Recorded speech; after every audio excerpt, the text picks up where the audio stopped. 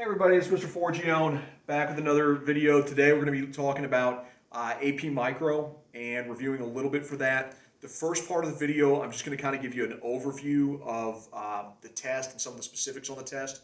Then we're going to talk very briefly about marginal utility, which is one topic that we didn't really get to, and normally I would spend about half a day in class on it.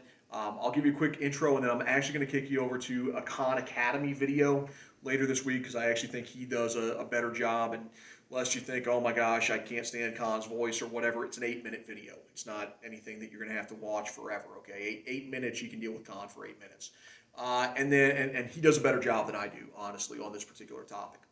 And then lastly, I'm going to go over the FRQ from last week that I had posted that you guys turned in. Specifically Part C. I had a bunch of questions on Part C, that SAT logic type question. So we'll talk about that as well.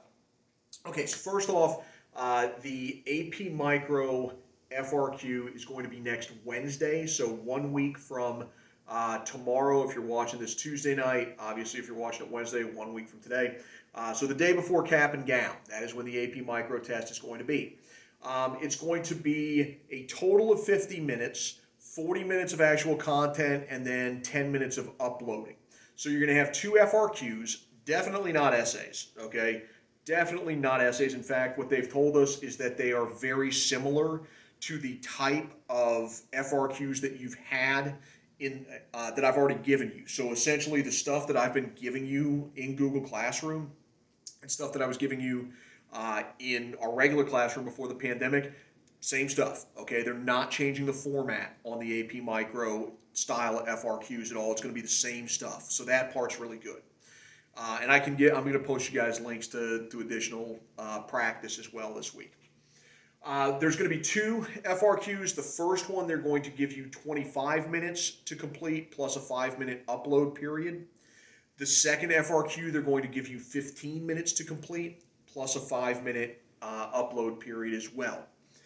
Now, they have said that they're going to allow you to use calculators on this, but that you're going to have to show your work. What that leads me to believe, if they are saying they want you to use calculators and they want you to show your work, is one of 2 things is going to happen. They're either going to give you something on marginal utility, which I'm going to talk about a little bit, and then we'll do the Khan thing, or they're going to give you elasticity. I tend to think more so elasticity. So I'll do something reviewing that later on this week. I'll either film or post something related to elasticity later on just as a review. But I kind of think they're going to have that big formula that we had done in class that you guys all kind of went, ugh, and then once you started doing it, you're like, oh, this isn't bad. Kind of think that's going to be on there for them to be saying, yeah, bring your calculators, use your calculators. I think that's where they're going. Okay, a couple of other things real quick on the AP Micro test. Basically, we've covered, outside of that one little thing on utility, we've covered everything that they could throw at you. Anything that they've deleted off of the test is stuff that I realized early on, okay, they're not going to test on this, so I'm not going to cover it. So pretty much we've gone through everything, so there shouldn't be any surprises on there. I do think it's very likely that you get a perfect competition or pure monopoly question, much like the FRQs that I've had you guys do. I think that it's likely that you get one of those, so I'll probably post another practice one. And then, like I said, either elasticity or marginal utility, I think that's probably where they're going to go. So let's talk a little bit about marginal utility. Utility is essentially your enjoyment or your benefit from something. And there's a law of marginal utility, which is your utility or benefit from the next item that you consume. Law of marginal utility says as you consume more of an item, your enjoyment or your benefit of that item starts going down. You enjoy it, but not as much as you used to. Now, that's just human nature. There's not really any way around that. It's not a bad thing. It's a human thing. And I'll give you 2 quick examples. Both of them are kind of goofy. But one, let's say that just for the sake of argument that you're, when they open colleges back up, that you're, in class, you've got maybe 2 back-to-back blocks or something like that, from let's say 9 to 1 or something like that. And you didn't eat breakfast because you're like, oh, I'll just bring a snack or something like that, then I'll go eat lunch afterwards. Well, then you realize halfway through class, oh, I forgot to bring my snack. And so now your stomach's growling, you're really, really hungry. The professor runs long. By the time you get to your car, it's 1:30. You still haven't eaten all day. You're really, really hungry. So let's say you go into Mickey D's, you get 3 Big Macs, okay? Now that first Big Mac, you're eating it, you're like, oh, this is amazing, this is glorious, okay? You love that Big Mac, your marginal utility, super high. Second one, still pretty good, but you're not liking it as much as you did that first one. So your marginal utility has gone down from the first one to the second one. The third one, at this point, you don't even want it. It's just kind of work, but it's a point of pride. I ordered 3, darn it, I'm going to eat 3, okay? Your marginal utility has gone down significantly again. So that's sort of the way that marginal utility works. And we can apply this to almost anything in our lives. I always joke about the night I got my driver's license, okay? This is really stupid, but maybe you can relate to it. I think I was a junior actually when I got my license. I don't think I got it my sophomore year. I'm pretty sure I was a junior. But I can remember getting it, and I'd been, this is so stupid, but I'd been flirting with this girl for a while, and asked her out on a date, and I made sure I timed it for the Friday that I got my license was when I was going to take her out. So I got my license after school that afternoon, had the date that night, and I can remember getting in the car, first time, going to be driving by myself, and I'm just kind of feeling myself a little bit. Like, I go in, I make sure I've got the music I want in there on a cassette as God intended. I've got that in there. I'm cranking the music a little bit. I'm checking myself in the rear view. I'm just kind of feeling myself on the way to pick up my date for the night. And, I really enjoyed that. That was probably 96 or 97. So, here we are 23 years later, 24 years later. I still remember that. By comparison, when I came in today to film this at 1:30 in the afternoon on a Tuesday, do you think I'm getting behind the wheel of my, Kia Sorento going, oh yeah, let me crank up some tune. Oh yeah, everyone's checking me. No, of course not. Like, it's been, 2.5 decades since I first started driving, so it's not that big a deal.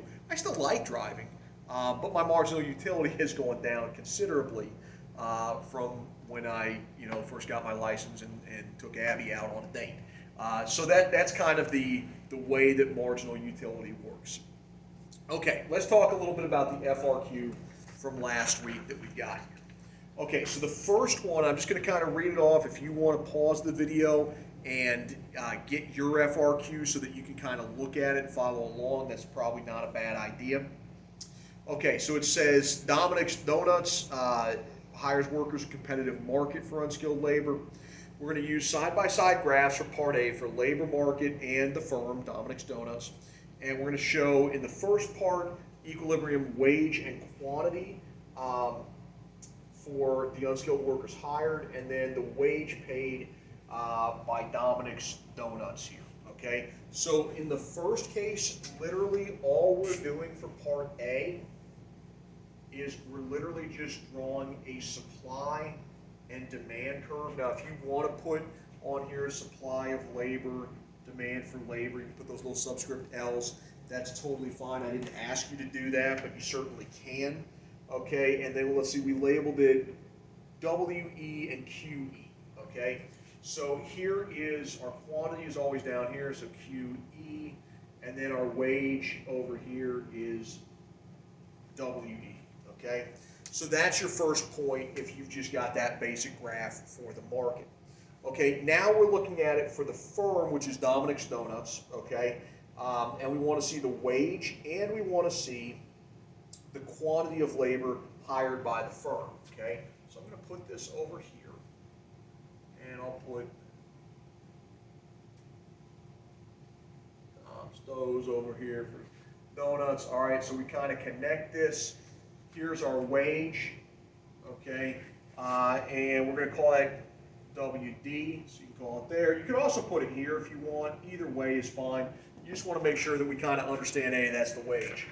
And then what we're going to have here, it says the quantity of unskilled labor. Well, to do that, we've got to show the demand curve for labor, the demand curve for labor, which is also, by the way, our marginal revenue product of labor. And so where those two intersect, that is the quantity, where Dominic is going to be hiring his workers, okay? Now, in this particular one that I gave you, it's only like a 5-point question. This would be an example of one that's like the 15-minute type FRQ. So you draw these two graphs side by side. You just make sure that this is on the same plane as that, and we're good to go. Okay, part B. It says, assume that people become more health conscious. What happens to each of the following? Supply and or demand for donuts. Okay, so being health conscious, if I think back to my supply and demand determinants, that doesn't seem to fit anywhere specifically. So if it doesn't fit anywhere specifically, it's one of those miscellaneous components. That's tastes and preferences. What is tastes and preferences? Is that supply or is that demand? Okay, hopefully we know by now taste and preferences, that's demand, that which is about purchasing. If people are more health conscious, they are not going to purchase donuts, and so the demand for donuts is going down. So for B1, we're going to say demand decreases, and that's literally all you have to say to get the point on B1 is demand decreases. That's it. Okay, part 2, marginal revenue product for Dominic's Donuts. Say what happens there and explain in a sentence. Okay, so what we have to understand with the marginal revenue product of labor, and I'm going to kind of put it down here, okay? For the marginal revenue product of labor, it is equal to the marginal product times the price, okay? The marginal product, again, is just how much each worker can make in an hour, okay, or in any sort of specified time period, just how many pizzas they can make, or in this case, how many donuts they can make. And then this is times the price of a donut. So if, let's say, Tobin is working for Dominic's Donuts, and if he makes, let's say, that he makes 20 donuts in an hour, and we sell those donuts for $1 a piece, the price is $1, he makes 20 in an hour, what's his marginal revenue product labor? It's 20 bucks. He brings 20 bucks in for Dominic's Donuts. That's the way that works. So we're asking here, well, what happens to that? So we've got to extrapolate something. Well, we know the demand went down. If the demand went down, what happened to our price? Our price, if you remember, whenever we have a demand shift to the left with a plain old supply and demand curve, whenever demand shifts over here to the left, our price is going to decrease. So if this goes down, this is also going to go down, right? If the marginal revenue product of labor goes down, or it goes down, it's going to go down because the price went down. So instead of $1 a donut, now we're only charging 50 cents a donut. So instead of Tobin bringing in 20 bucks for me, he still makes the same amount, okay? The demand going down didn't change his ability to work at all. So he's still making 20 donuts in an hour. But instead of selling them for $1, we're only selling them for 50 cents. Now, 20 times 0.5, he's making 10 bucks. His marginal revenue product of labor is only 10 bucks versus the $20 that it used to be. So the MRPL went down. Your explanation is just this. You can say MRPL equals MP times price. Price went down, thus MRPL goes down. Okay. So again, hopefully that's pretty straightforward. Hopefully that makes sense. Now we get to the fun one, part C. This is the SAT logic question. I'm going to erase this, so if you need to pause it, take a screenshot, take a picture, whatever it is you need to do it now before I erase it. Good, cool, all right. So the last one is what they do occasionally, which is SAT logic style question, where you go, we have not talked about this. It's nowhere in the textbook. You're never going to find this type of question in the textbook. Did they ask it? Yep, pulled this question right from the 2010 test, and I just reworded it slightly. But this is absolutely something that they did ask a decade ago, and they do about every 4 or 5 years. They'll maybe even more frequently. They'll throw a piece of an FRQ on where you're like, there's nothing content-wise. It's basically your problem-solving skills, and that's what this is. Okay, it says, suppose that Dominic's Donuts is using a combination of workers, so labor, and deep fryers that minimizes their cost. Okay, so they're being efficient with this combo. Now it says the MRPL is, I'm sorry, not MRPL, the MPL, the marginal product here is 28 donuts per hour. So let's see here. Let me pick, who have I not picked? Let's pick on Kat. I haven't picked on Catherine in a while. So let's say that the Kat is making 28 donuts an hour. Okay, so Kat makes 28 donuts per hour. And we're paying her 14 bucks an hour, okay? So she makes 28 donuts and we're paying her 14 bucks an hour, okay? So that's for labor. Now we come down for a second, say, okay, for a deep fryer, the marginal product of a deep fryer is going to be, what is it, 60 donuts an hour, okay? So the fryer is making 60 donuts an hour. And it's saying, okay, what is the hourly rental price? Okay, rent is, as we talked about before, that's just a fancy way of saying, okay, what would be the wage for the deep fryer? What are we paying for the deep fryer? Well, to do this, it's almost like a little cross multiplication here. You can do it that way, or just kind of coming up with a ratio. What does this tell us about Catherine here? Well, she makes 28 donuts. We're paying her 14 bucks for those 28. How much are we paying her per donut? Paying her 50 cents, right?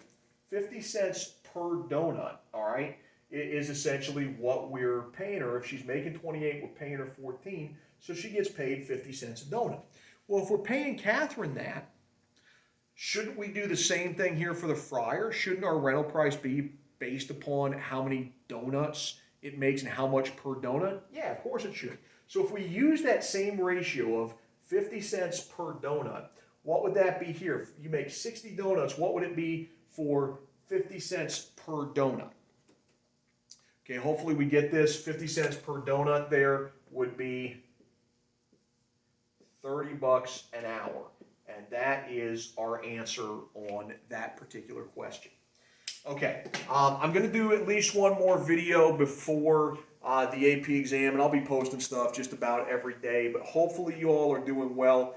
I know it's cliche. I end these by telling you all I miss you, but I really do. I miss the chaos. I miss your energy. I miss you guys just being goofy as all sin. I just miss you all. And so I really do hope to see you all soon, whether it is here in the lead up to graduation and all that, or down the line. So we'll do at least one more video here, but if you have questions, post them in the comments or let me know, and then we'll do another one of these coming up. Take care.